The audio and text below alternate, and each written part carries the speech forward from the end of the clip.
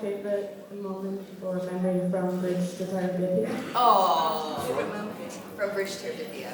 Oh. Favorite memories? I was 5 and I thankfully absorbed as much as I could have in that little brain in the most innocent way.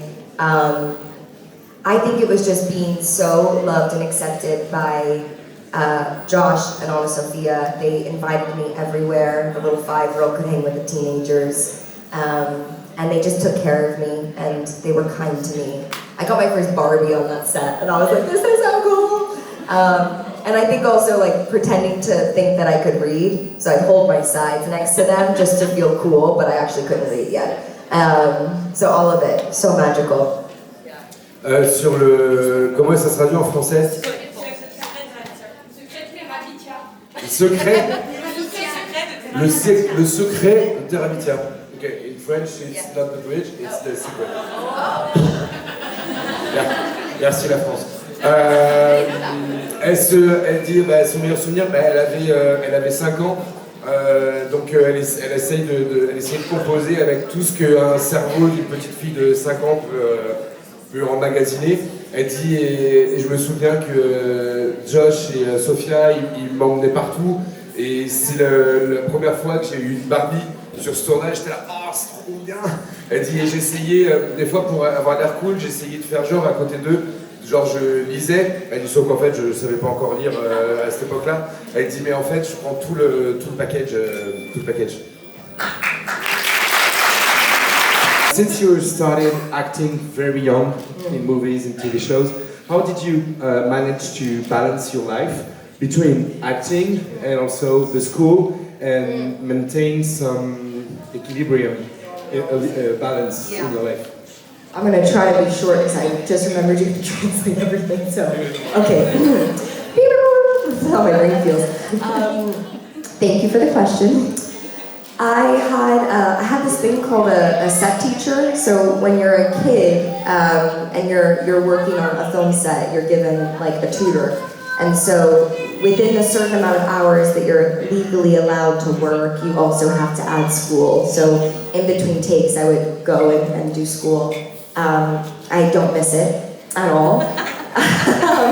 And then normalcy, I think it was just like any time that I had a day off or a few days off, I'd always go back home to my hometown and just see my friends and family. And I would say like really young, my family did their best to kind of ground me in those situations. And then adult life, it's like creating those new scenarios for myself now and trying to be as mindful as possible because life is precious and the moments with your people are what matter, so just conscious of that now.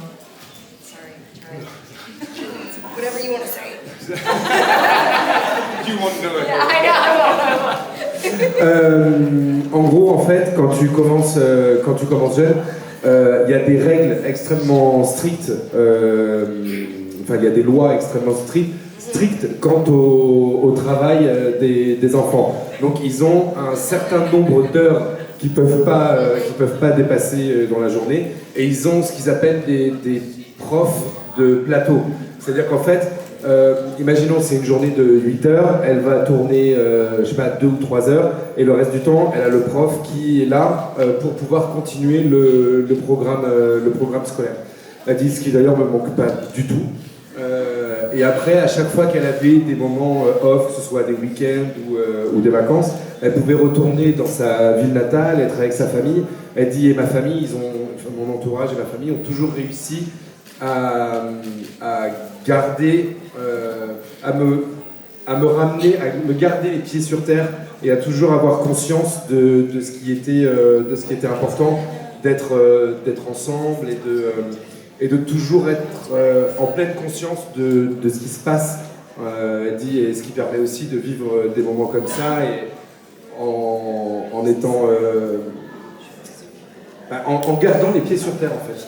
Donc elle a réuni l'ensemble de les profs sur le plateau plus sa famille qui lui gardait les pieds sur terre lui ont permis de voir l'équilibre entre les deux.